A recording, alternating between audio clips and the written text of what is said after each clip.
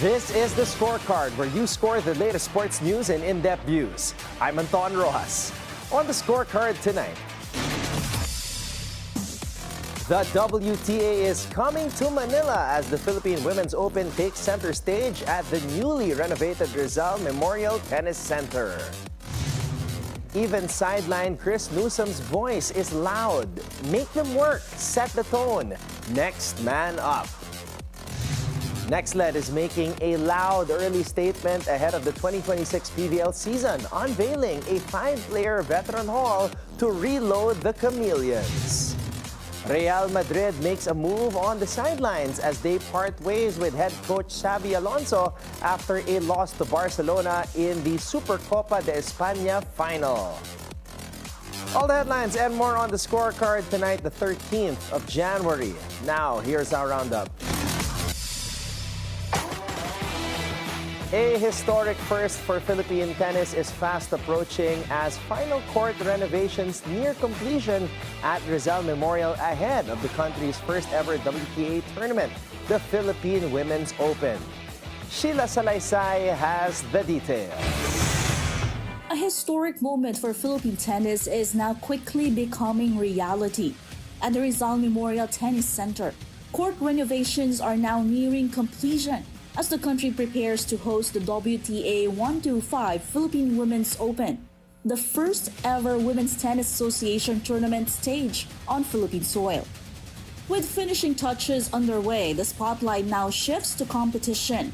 The country's top two players, Alex Eala and Daniel Mabis, have already been granted wild cards. Still, many are watching closely for a possible appearance by Eala, currently world number 49, as the tournament coincides with the second week of the Australian Open. Despite the tight timeline, the Philippine Sports Commission assures that preparations are firmly on track.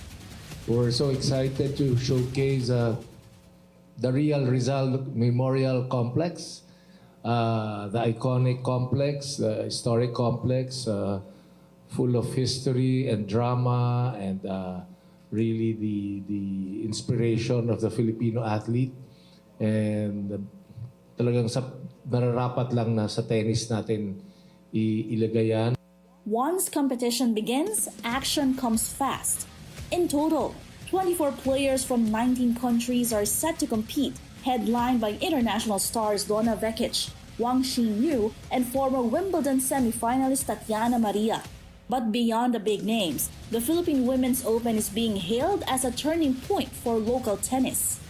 Philippine Tennis Association Secretary General Ryan Tiangco says the tournament is more than just a stop on the WTA calendar.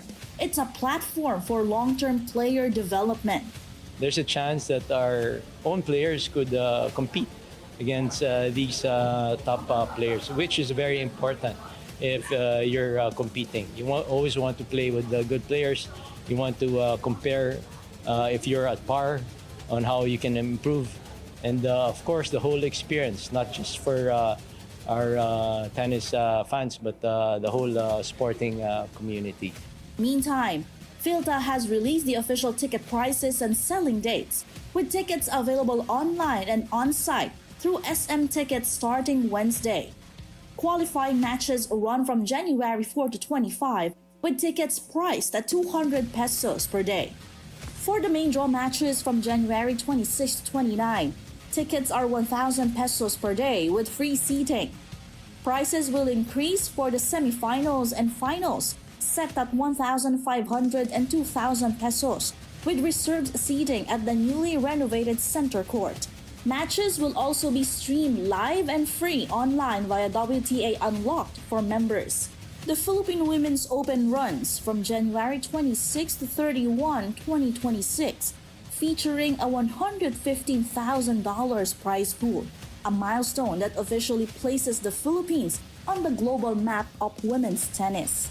The WTA 125 or Philippine Women's Open is a historic moment for Philippine sports. As the first serve approaches, the energy and excitement are already building in the newly renovated Rizal Memorial Tennis Center. First time, big move, and this is just the start of even bigger possibilities with the whole world watching the next chapter of Philippine tennis. Reporting for the Scorecard, Sheila Salaysay, Bilyonaryo News Channel. After a breakout 2025 season, Philippine tennis sensation Alex Eala is making history as she earned her first ever spot in the Australian Open main draw. The 20-year-old kicked off 2026 at the ASB Classic, climbing to world number 49 ahead of the year's first Grand Slam. Eala says she's thrilled to compete, calling the tournament special, and fondly remembers winning the junior doubles title in 2020 with Prisca Madeline Nugroho. Before the Australian Open, Eala will take on former Wimbledon semi-finalist Donna Vekic at the Kooyong Classic in Melbourne on Wednesday, a rematch of their ASB Classic meeting, which Eala won. Eala's first-round Australian Open opponent will be revealed when the draw is made January 15. But Eala is focused and ready to build on her momentum for what promises to be an exciting Grand Slam debut. With their season hanging in the balance, the Meralco Bolts head into do-or-die Game 5, leaning on the voice and vision of veteran guard Chris Newsome. Even while sideline, Newsome has laid out a clear blueprint for survival defense, pace, and depth as Meralco looks to push TNT Tropang 5G to the limit and keep its finals hopes alive. Here's our sports correspondent, Zeus Valdez, with the reports. Do or die, no tomorrows. With their season on the line, the Meralco Bolts head into Game 5 of the PBA Season 50 Philippine Cup semifinals with a clear mindset: survive or go home. For veteran guard Chris Newsome, the blueprint is simple: defense, pace, and depth. Even while sideline, Newsome stressed that Meralco must push to the tempo and force TNT Tropang 5G into uncomfortable situations. The goal: make TNT work on both ends, stretch the rotation, and test how deep they can really go in a high-pressure playoff setting. Yeah, for us, it was just about, we wanted to keep the pace up, really try to get into their legs because talking text, we want to try to get them into their bench a little bit more. That adds up for guys like Aftana, Pogoy, Heading. We really want those guys to feel it in their legs, that they got to keep up with us. In a series defined by physicality, fatigue and injuries are beginning to show on both sides. That reality has turned next man up from saying into a necessity. For Meralco, a short rotation is no longer an option. Every player must be ready to deliver meaningful minutes on defense, in transition, and through energy plays that can swing momentum. Unfortunately, Pogoy went down today. That's already shown the effects of what conditioning can be like in a series. You got some key guys on both sides going down. So it's really on the people that are on the bench and the rest of the team to step up. And that's what team basketball is all about, is that next man up mentality. Whenever one guy goes down, next guy has to come in, pick that flag up and carry it as far as he can go. So for me, it's just we have the talent and we have the depth on our team. It's just a matter of guys accepting that role and stepping up to the challenge. Newsome also made it clear, defense is non-negotiable. Meralco's chances rise dramatically when they can slow TNT down and keep them from reaching triple-digit scoring. From stops comes transition, from transition comes momentum, and in do-or-die games, that swing can decide everything. Defense, for sure. We definitely can't let them have 100-plus points again. We definitely have more of a chance when we keep them below 90. Around 85 points. So it's definitely going to have to start with our defense, which will lead to our transition buckets and just kind of keep it from there. But overall, I think just having the right attitude is already the first start. And with our backs against the wall, we have nothing to lose, nothing to be afraid of. We just got to go out there and play hard.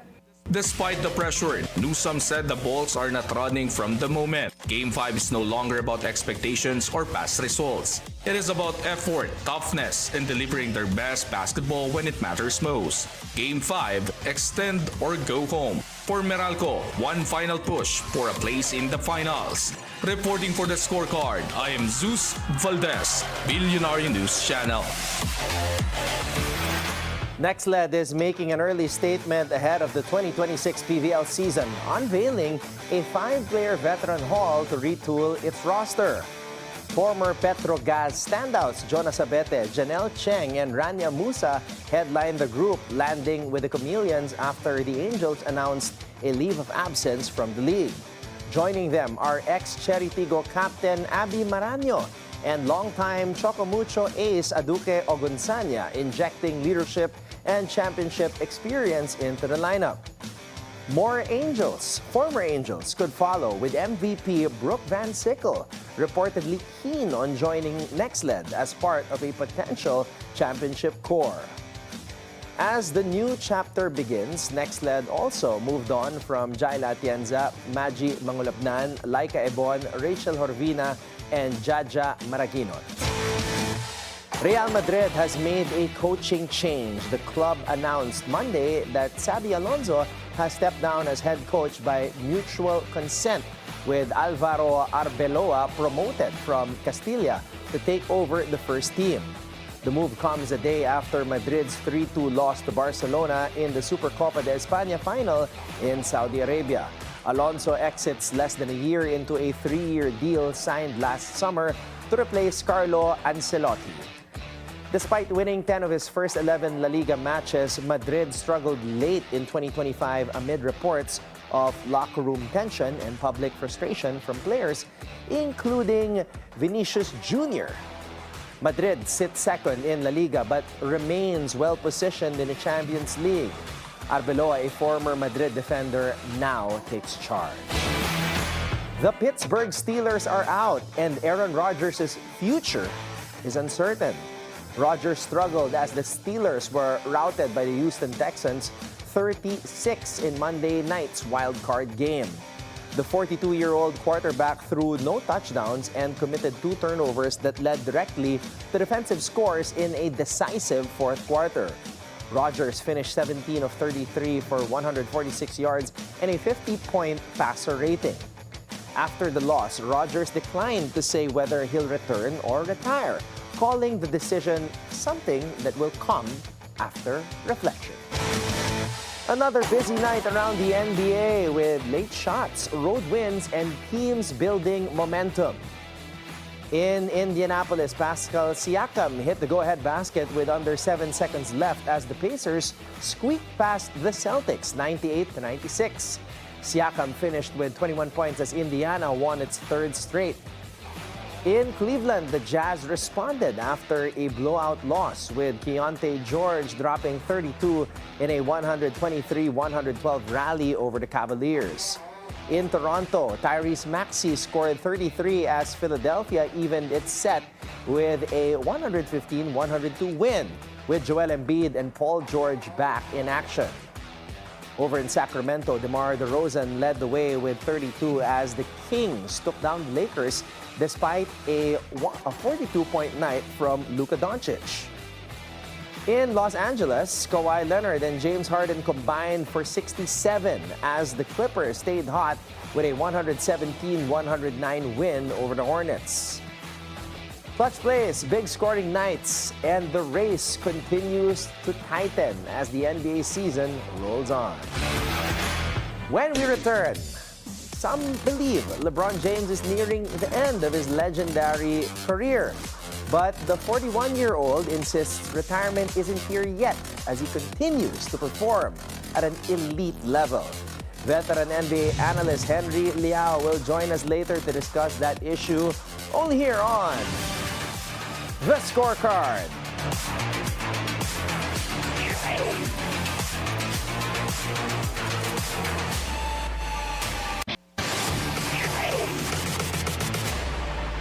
Welcome back to The Scorecard. To some, LeBron James needs to finally acknowledge that the end of his legendary career is fast approaching.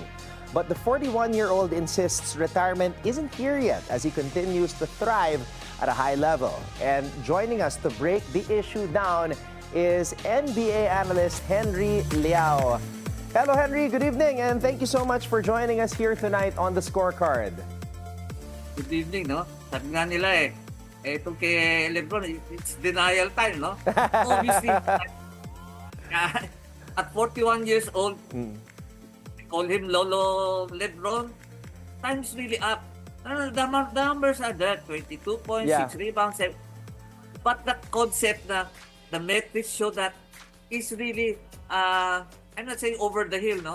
But it doesn't equate to Lakers' success, especially this season. In fact, I'll put this way, kindly, for the all-time, for the fans who treat LeBron James as their idol, it's something like this. He's very good. In fact, he's one of the greatest players, but of this Lakers team, believe it or not, when LeBron, Reeves, and Doncic, the NBA leading scorer, are to play together, they're being outscored. 7.2 points, oh. And the other one, the Lakers are now 23-14, just won 4 of the last 11 games with a pair of 3-game losing streaks without Austin Reeves. And will be missed for another 2 weeks. Malaking bagay yun, the reason why during the time the Lakers were getting all those double-digit wins early in the season, it's because Doncic was there, Austin Reeves was there, but LeBron was nowhere there. So that itself says something about LeBron, no? Again, not to take against his greatness. It's just that this season, you find out the Lakers, put it this way, 23-14, 13 of the 14 losses were by double digits. It's not all about pride. It's just that either it's offense, defense, or even three-point shooting. Like today, they had a hard time against Sacramento, no? So, ang laking bagay. The only reason why the record is 23-14, maybe 5th place in the Western Conference, because in clutch games, defined as within 5 points in the final 5 minutes of regulation overtime, the Lakers are 13-1. Take away from that, probably the Lakers are nowhere even yet play in standings. Henry, a while back, I had an American analyst on the show, and his name was Gilbert McGregor, and he told me that based on his sources in North America, ang last season ni LeBron at the earliest is next year.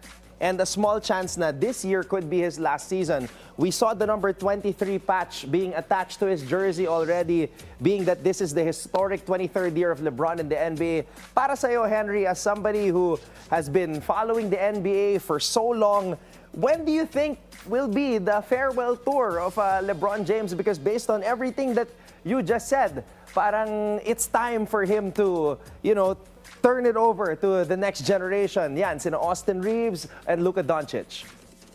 Alam mo, it's very tricky, I remember when there was kumbaga may ugong nun the decision, everybody thought, he'll retire. It was all about the beer. And this time, the Pats said about the Pats. So they put the Pats for the remaining 45 games because they think that LeBron will retire. But who knows? It's all about the top cards. Remember?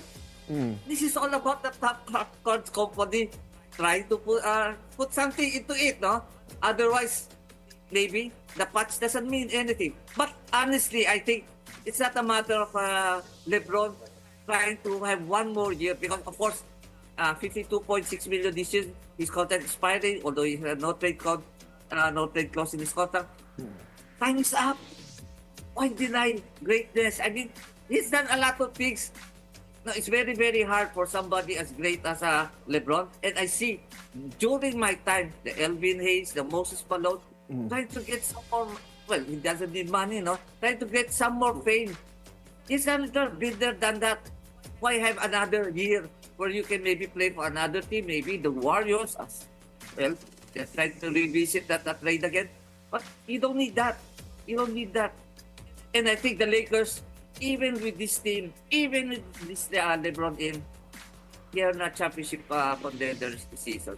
Wait, Henry, sinasabi niyo po ba na dapat nang mag-retire itong si LeBron James? Is that what you're saying? I just want to make that clear. And if ever, if the answer is no, how should he go? Because hindi naman maganda na bigla na lang siyang mawawala. Ito si LeBron, di ba? Kasi maraming madidisappoint. I think it would be fair to all of the fans that LeBron would announce that, like what Kobe did, it's gonna be one last season. Ano po sa tingin nyo? Alam mo, doing that way is more of a selfish thing. You know, you say, wow, I should be admired by a lot of people around the country, around the NBA, that I'm retiring, I'm announcing, maybe put a rocking chair. They did that with Karim Abdul-Jabbar, they did that. But in the case of LeBron, I think he doesn't need that one. All-time, one of the all-time greatest players, tapos all-time leading scorer. He has all the records. What more do you want for an extra year? That doesn't mean anything. I mean, I don't think he'll win another championship. Maybe that's one thing that I can say, he will never win again another championship. Mark, put it on record. The Lakers won't win this season, and neither if he decides to play, to come up with those numbers. And remember, partner, you're talking of Lolo LeBron at 41. Nobody has beaten Father Time. It's very, very hard. Now you're getting first 14 seasons, sciatica injury. Then arthritis. I mean, tomorrow, it's another back-to-back Laker game. They play at Atlanta. He has already said probably he won't play back-to-back games. And so far, he has been out already for consideration for the All-NBA or whatever postseason awards because he has missed so many games. So, for me, it's still the denial stage. Later on, we'll see. Once, put it this way, February 6, Manila Times NBA trading deadline. No? If there's any movement there, I hope it doesn't include LeBron. No? Kasi, ang feeling ko he deserves a place in the Lakers folklore naman He won a championship, although sabihin na natin with an asterisk kasi sa bubble yan in Florida. He's an everything better than that. Why force the issue? So, well, based on everything that you said, just let it go. Ganun na lang. Mag-retire na lang ito si LeBron. Partner, retirement is no joke, He can go into the movies. I mean, he has done a lot of things. Like we did, he has a studio. He can do a lot of things more than, say take care, maybe babysit for his grandson in case Brody becomes a father. I mean, he can do a lot of things and he has a lot of money. I mean, and maybe the only loser if he retires is his physical. The guy he pays for his physical, said to be around a million a year. Well, that's a lot of money, But other than that, he's at 41, but you still have a long way to go with a lot of money. With a lot of money, you can do a lot of things. One of them, I think, he can go to, and that movie acting, producing movies, a lot. So, let's await kung ano ang magiging susunod na kabanata dito sa buhay ni LeBron James. Buhay hindi na basketball career because as you said, Sir Henry, basketball, this is it for him, end of the road. He's just prolonging everything, nasa denial stage. But let's wait because yun nga, meron pa siyang contract that he has to finish with the Lakers. Sir, maraming salamat for your insights and talk to you again in the future, sir. Thank you very much. Henry Liao with us here on the Scorecard. Up next, rising Filipino star Eala returns to the court in Melbourne for a rematch against Olympic silver medalist Donna Vekic at the Kuyong Classic. Let's break down that matchup when we return right here on The Scorecard.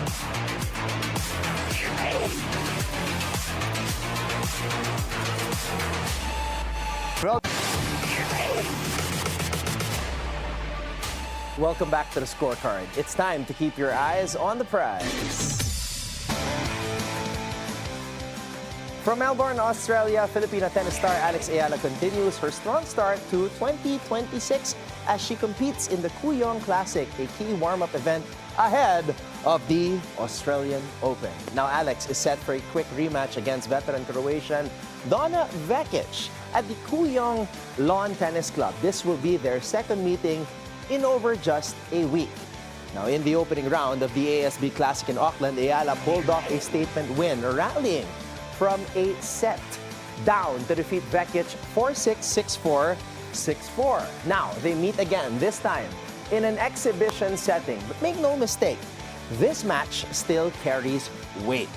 Vekic, a Paris Olympic silver medalist and a former top 20 player, is coming off a win over Australia's Priscilla Hon here at Kuyong. Eala, meanwhile, is using this event as her final tune-up ahead of her first ever Australian Open main draw appearance. Eala arrives in Melbourne riding a wave of momentum. Just this week, the 20-year-old Filipina climbed to a career-high world number 49 in the latest WTA rankings.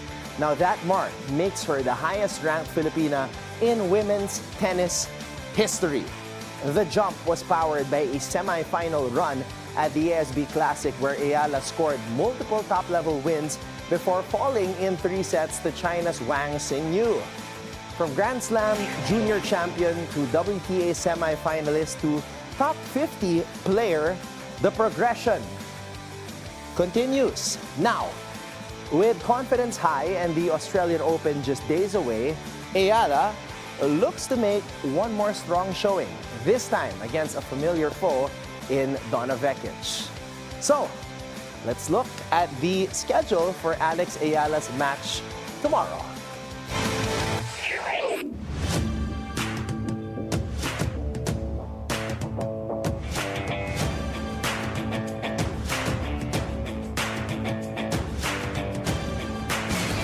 And with that, thank you for joining us tonight. We'll see you again on the Scorecard, where sports is our business and business is our sport right here on the Bilyonaryo News Channel. This is Anton Roxas. Have a blessed evening, everybody. Good night.